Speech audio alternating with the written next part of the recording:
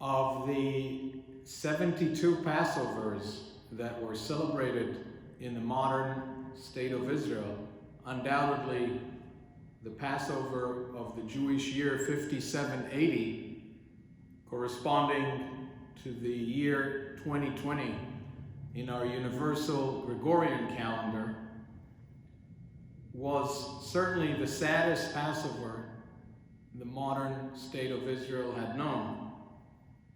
There was a curfew, a closure on all the main cities in Israel.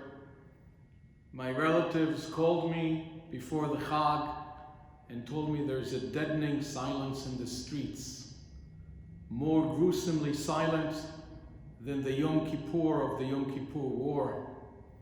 Certainly more silent than the average Yom Kippur, in which you rarely see vehicles on the street in Israel. And this was in order to save lives during the global pandemic that all of humanity is facing in concert.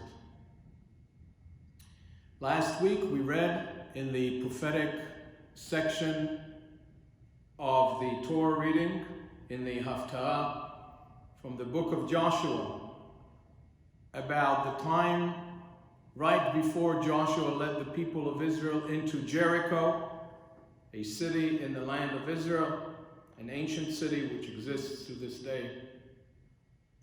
And guess what it says about biblical Jericho? It says, Jericho, the city in the land of Israel, is sgura umesugeret. The city is sealed hermetically and closed off.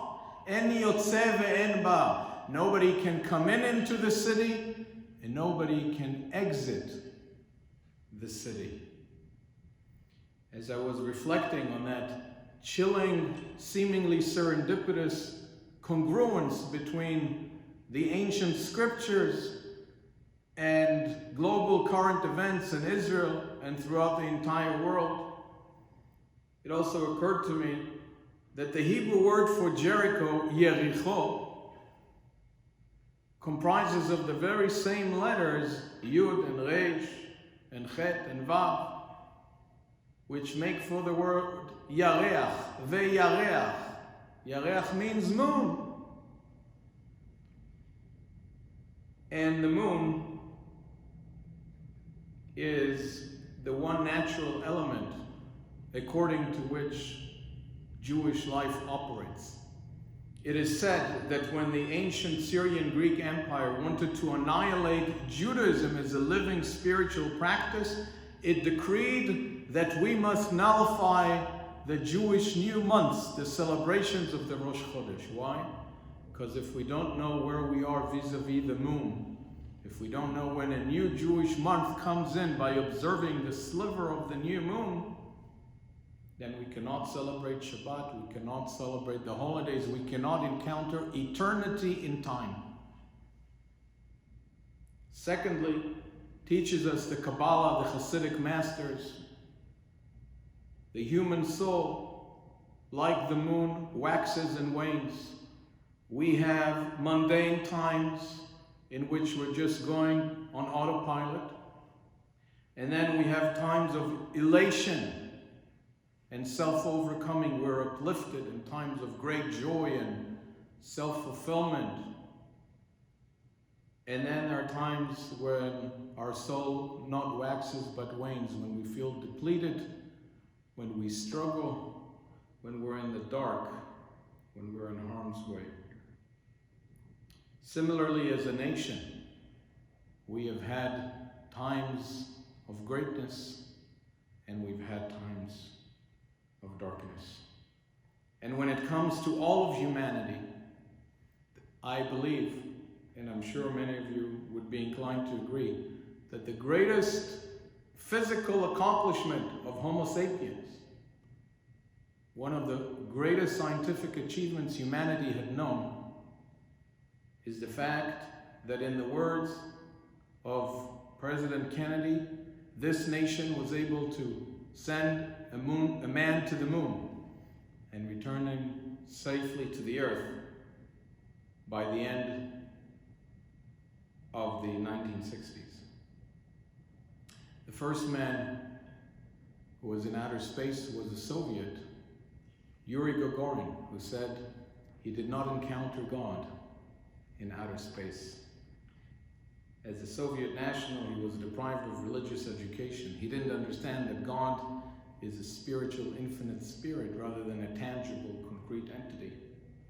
But Neil Armstrong, the great American who was the first human to set foot on the moon, understood the spiritual and historical grandeur of the moment.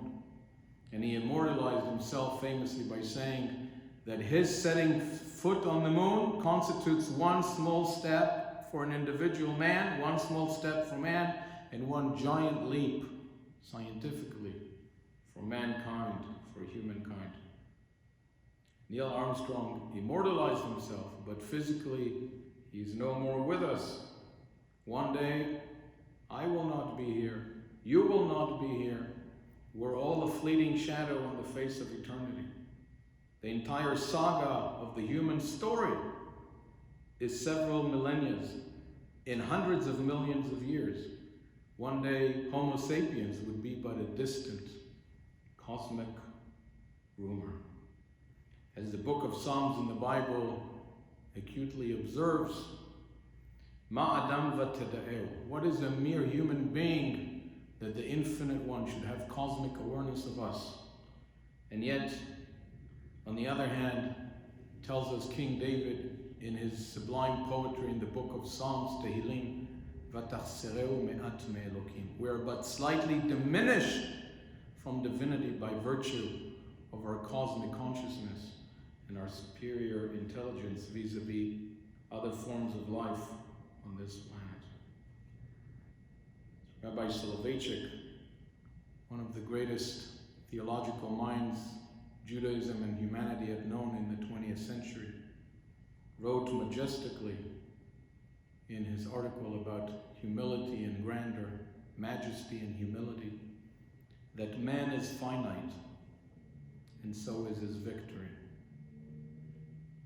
We strive to achieve in this world, individually and collectively, as private people, as nations, as a species. But ultimately, none of us is here forever.